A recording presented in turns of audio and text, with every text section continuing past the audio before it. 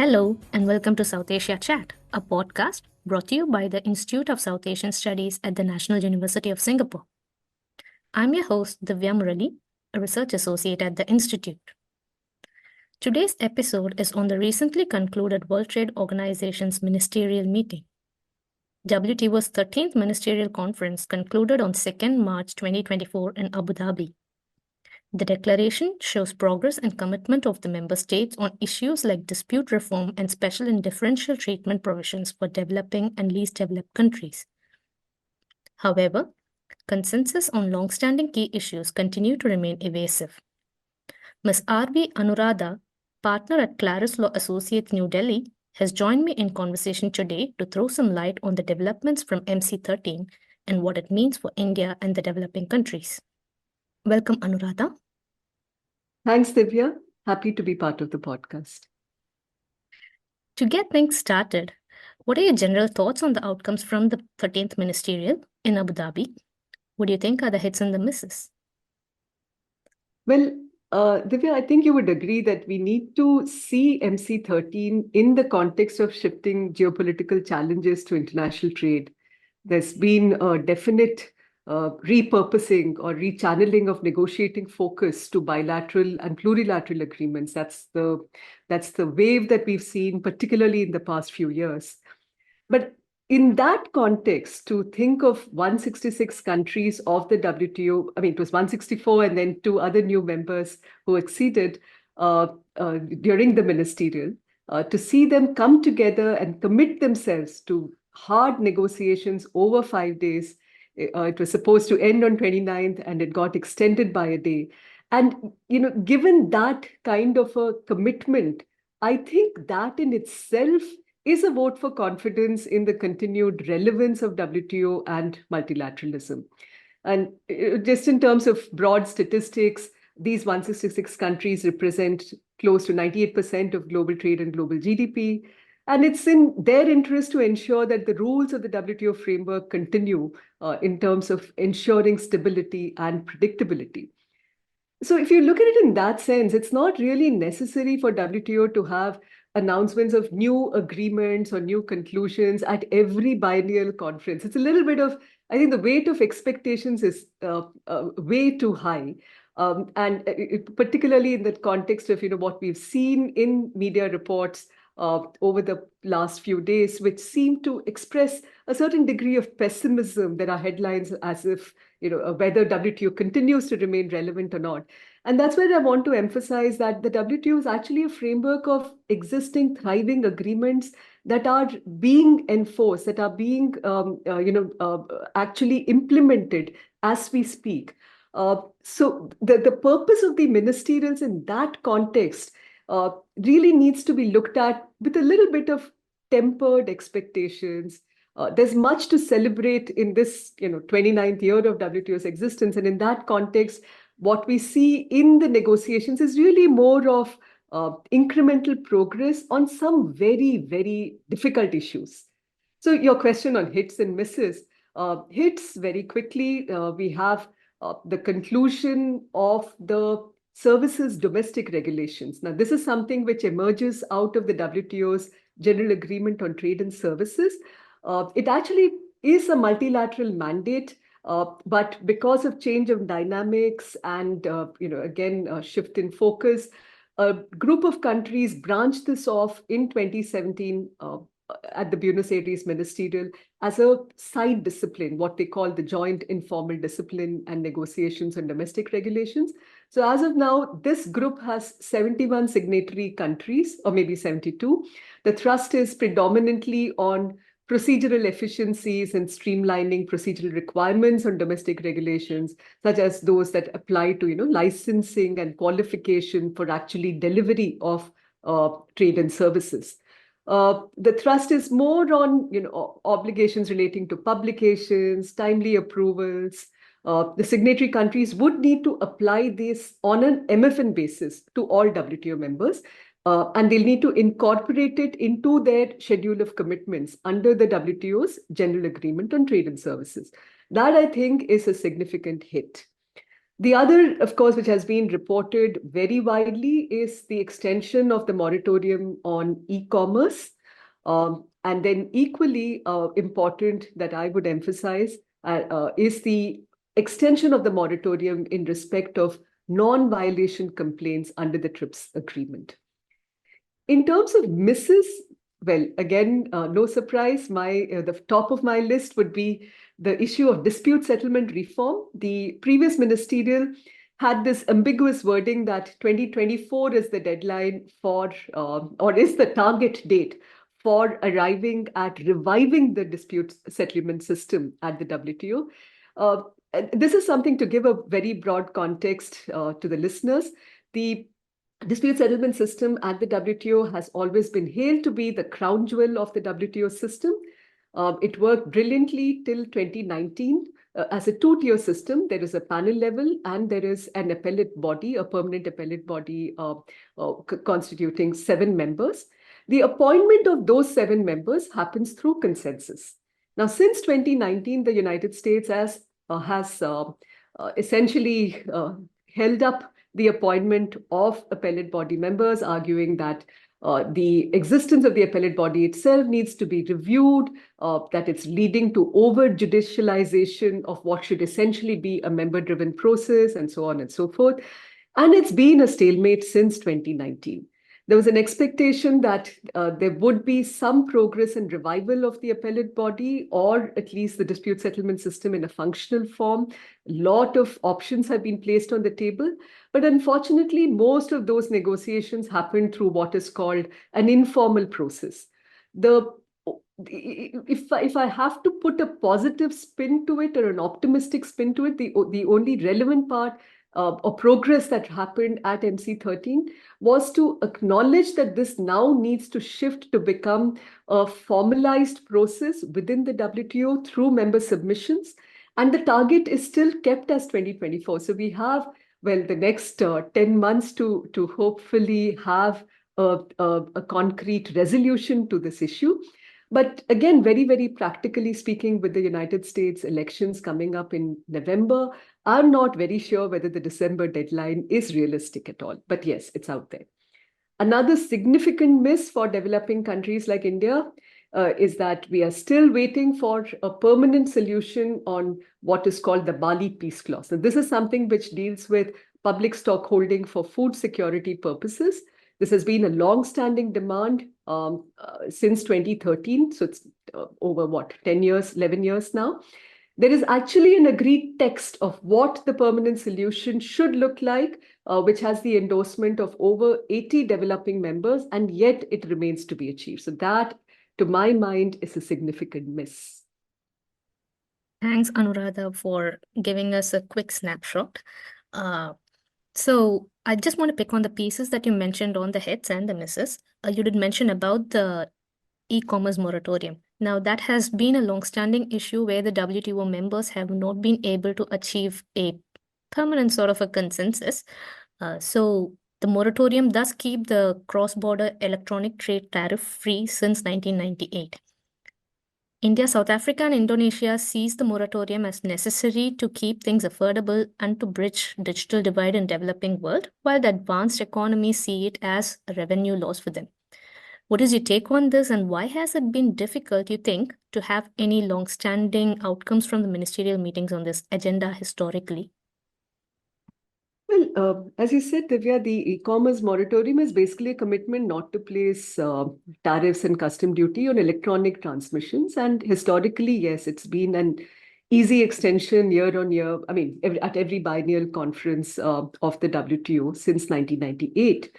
But in the recent past, with the growth of digital trade, digital industrialization, there's been a growing realization that this space is dominated only by a few actors, which are located in developed countries, and that there could be a significant revenue loss for countries like India, South Africa, Indonesia, in terms of if this moratorium is indefinitely continued. Indonesia, in fact, actually put a law in place that would allow the imposition of duties on digital goods, which it broadly describes as software, electronic data, multimedia transmissions, etc. I think this debate has, as of now, perhaps we've crossed the bridge for now, but there is significant pressure at the WTO to get clarity on a variety of issues. To give a very simple example, I think it is important to separate out what is the scope and ambit of the moratorium itself. In fact, there's no definition of what electronic transmissions would constitute. And there is a fear, there is somewhat aggravated by statements made by the EU, that the extension of this would also, in a sense, negate some of the policy space that developing countries have preserved under the General Agreement on Trade in Services for what we call the cross-border delivery of services. So, for example, under the GATS instrumentality, there is policy space that can be preserved for the purpose of delivery of services through electronic means. Now, clearly, the concept of customs duties do not extend to this, but at the same time, countries which have reserved policy space for market access restrictions or national treatment restrictions should be able to do so. Now, I think if this conceptual clarity is something that is brought in over the next 2 years in terms of what really is the scope and ambit of the moratorium, I really think that countries could perhaps have a more clearer and a permanent solution to this whole issue. There appears to be an accelerated focus on a work program, and there is an expectation that hopefully by the next conference, there should be some further certainty on how the future of the moratorium would look like. You mentioned about the TRIPS non-violation agreement. That has been one of the asks of the developing countries. Could you speak a bit more on that? Thanks, Divya. See, under the TRIPS agreement, there was one of the provisions actually spoke about the fact that there will be no non-violation complaints in relation to obligations arising under the TRIPS agreement. And this was to apply till 1999. Now, what does this mean? The WTO recognizes under other agreements also that in some situations, even if the letter of an agreement is not breached, there could be a violation implicitly in the nature of a particular measure that is taken. Now, in the context of TRIPS, this becomes a very, very sensitive and complex issue.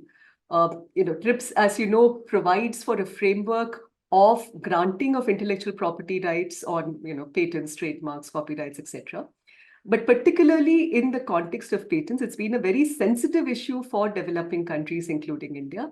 One of the biggest obligations was to extend the nature of the patents to product patents as well. And we now all have very well-fledged regimes which are TRIPS compliant. Now imagine a situation where this obligation is completely fulfilled, but at the same time, there is an exercise of policy space, which is completely consistent with the letter of the TRIPS agreement, but which could adversely impact a particular entity these situations could typically arise in the context of high technologies or pharmaceutical, etc. In that context, having a non-violation complaint becomes a fairly tricky issue because it would actually delve into a realm of being compliant with the agreement and yet having a dispute relating to the fact that there is a breach of implicit breach of an obligation. Now, developing countries like India have a strong interest, therefore, in the continuation of the moratorium on non-violation complaints. And the way this worked out traditionally since 1999 has been that there's been an implicit linkage that the e-commerce moratorium would be extended, which is in the interest of developed countries, and the TRIPS non-violation complaints would also be extended because that's in the interest of developing countries. Now, this has never been explicitly linked, but that implicit linkage is there. Now we are looking at a situation where countries like India, South Africa, Indonesia are now asking for a relook at the continuation of the e-commerce moratorium. But equally, the relevance of the TRIPS non-violation complaint moratorium is important. So how do we negotiate this? How do we ensure that this is continued in order to have the development space for development of patents and related technologies within our own countries is also a critical issue which will need to be emphasized on. And I'm assuming that this will continue to get more relevance before the next ministerial. So in the past few years, India has been under the spotlight for taking some firm stances on issues, say, for instance, on agriculture. It has also firmly pushed back against the investment facilitation for development mooted by select countries. What implications does this have for India by way it stands and by extension to the global south, of which it is increasingly seen as a leader of? Well, on agriculture, as I mentioned, Divya, I really think that the permanent solution on public stockholding for food security purposes is really long overdue. And to again set the context a little bit on this, the WTO's agreement on agriculture is historically recognized as one of the most asymmetrical agreements of the WTO. The modalities that led to this asymmetry has also been documented and written about. It was really in the context of what was popularly called the Blair House Agreement between the US and EU, which formed the basis for reduction commitments by heavily subsidizing countries. Now, the base period for subsidy reduction that forms the fundamental basis of these modalities was 1986 to 88. And the reason that this period was chosen was precisely because the price of agricultural products during this period was low. So consequently, the subsidy calculation has always been based on what is called the aggregate measurement of support, or AMS entitlements, which have turned out to be fairly high for developed country members, which kind of pegged it to the 86 to 88 reference price. Whereas for countries like India and other developing countries, there was, in the absence of, because they were the subsidies that were given at that point of time by India and the others was not really very much, there was a standard 10% de minimis clause limit that was put as the obligation of developing country members. Now, as with the ability to provide for and the need to provide for subsidies for certain very basic purposes, and in this case, it is really about food security purposes, for livelihood security reasons, both for farmers and for consumers, India and the others are at the risk of breaching the 10% de minimis. And it's for this reason, and it's in this context, that the Bali Peace Clause was won by India and other developing countries in 2013. Significant achievement, but it is in the form of what we call a WTO decision. And that decision also recognized, it is something which exists in perpetuity, but at the same time, it recognized that this is an interim solution. It's in the form of a decision. For greater legal certainty, what we need is to crystallize it and put it as an amendment to the WTO agreement. And this is what we call as a translating the Bali Peace Clause to a permanent solution within the WTO's AOA to essentially ensure parity and equity. And as I mentioned, there are close to 80 developing country members agreeing and presenting a very clear proposal on the permanent solution, but we are far from resolving this matter. Equally, you would have read about the fisheries agreement at the WTO. That has been another area where, although there was some kind of progress that was made in 2022 on disciplines for illegal, unreported, and unregulated fishing, or IUU fishing, the subsequent disciplines, or more comprehensive disciplines on overcapacity and overfishing, has also been stuck in extremely tenuous negotiations. It's again a complex set of disciplines, and clearly it's while countries like India and other developing countries have been asking for a certain amount of special and differential treatment to be able to ensure subsidies for small-scale artisanal livelihood fish workers, within the coastal region and within the EEZ, which is the territorial limits of a country. One of the most contentious part of the negotiations has been on what is called the distant water fishing. And this is where subsidies in this space has been dominated by countries like EU, China, Japan, South Korea, Chinese Taipei. This has been again well documented in papers written by the Pew Center and a few others. And India has been asking for accelerated reduction of such heavy subsidies in the distant water fishing areas by countries which have been the heavy subsidizers, a more accelerated reduction by them, and a greater timeline for countries like India to actually develop its capabilities in distant water fishing areas, which, because it has its significant relevance not only for the purposes of fish as food, but also for various R&D purposes, etc. It's a complex set of disciplines, and what we need is balance, particularly to ensure that we do not end up in the asymmetries that we saw in the agreement on agriculture. And finding that balance is a work in progress. You mentioned investment facilitation for development, and that's an area where close to 123 countries have developed a text.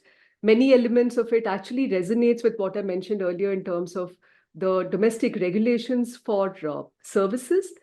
But in the context of IFD, the investment facilitation for development, this also extends to non-service sectors as well.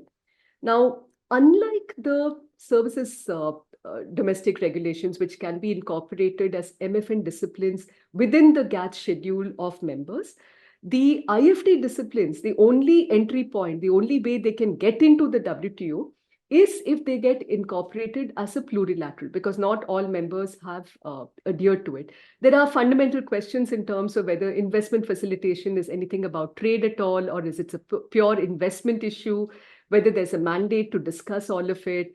And I'm not going to get into those fundamental questions. Let's take it that there are 123 countries that have endorsed the fact that there should be an agreement. But for this to enter into the WTO, it has to have consensus of all members. And that's where India has raised serious questions in terms of whether incorporating a plurilateral between a few members will actually lead to fragmentation of the WTO, whether the purpose of WTO should really be to focus on multilateral disciplines and not allow fragmentation of its own disciplines. And that's, again, a really significant issue which has been debated for the last few years and will continue to get further discussed. And perhaps we need some further clarity on how this should really evolve. Thanks, Anu. Finally, to sort of look at the entire ministerial from a broader lens, the world today is a rocky road where trade is increasingly facing mounting challenges from geopolitics as well as geoeconomics. Global South and smaller economies have taken a hard hit from the shifting tumultuous landscape. In the context, how important are these biennial ministerial meetings, and what should WTO do so that even the smallest of its member countries reap the true benefit of multilateralism? Well, I think, as I mentioned at the beginning, the value of multilateralism lies in the fact that, the WTO has provided a very sound basis for ensuring that a significant amount of trade that occurs worldwide is on an MFN basis. And there are rules on goods, on services, on technical regulations, on trade remedies, the manner in which that can be exercised, all of which have provided a very, very sound foundation. I think it's important to remember those achievements and celebrate that. I think the focus has been too much on newer issues, trying to overcrowd the WTO system itself with unreasonable demands in terms of what it should and should not achieve. And also in terms of painting countries in silos. There is a fair amount of media bashing, particularly in the Western media, of how India has been an obstructionist on some of these issues. And I think that that's a very unfair way of looking at it. We are really in a world today where there is a gradual, in a sense, a merging of a lot of interests, whether we look at it from a trade perspective or whether we look at it in terms of larger global challenges such as climate change, sustainability, etc. And there is a vision for fairness and equity, which is not really a Western dominated vision. It's really about sustainability that works for all countries. So if you were to say, the way you phrased it, what should really be the focus in terms of the true benefit of multilateralism, I think it really it really lies in acknowledging that there is no one vision of achieving those benefits. It's a question of actually listening to the voices of developing countries, their vision of what is sustainability, their vision of what their priorities are to achieve that sustainability, and to have a open discourse in terms of achieving that. So to that extent, yes, the biennial meetings are absolutely important because that is the key opportunity for the ministers, the heads of state to get together, to thrash out many of the thorny issues. But at the same time, acknowledge that the period between those biennials are not silent phases. They're actually phases where a lot of action is happening in Geneva through permanent missions of each of those 166 members that are present there, their officers who are committed to actually ensure the continued relevance of the multilateral space. Well, so with that, optimistic note, I think here's looking forward to a far more, clearer vision at the next ministerial. Thank you so much, Anu. It's been lovely talking to you. Thanks for sharing your rich insights. There's a lot of clarity now, I hope, for the listeners as well on knowing what these ministerials hold. We will continue to engage with you on the subject to leverage your expertise on it. Thank you so much. Pleasure being here. Thanks. You were listening to South Asia Chat. To learn more about our work, visit us at isas.nus.edu.sg. You can also follow us on social media. We are on Twitter, LinkedIn, Facebook, and Instagram. This year also marks ISAS's 20th year since its inception. We have planned several exciting initiatives and events during the course of the year to commemorate its momentous occasion. So please do keep a lookout for these announcements on ISAS website and social media. Thank you for tuning in and have a good day.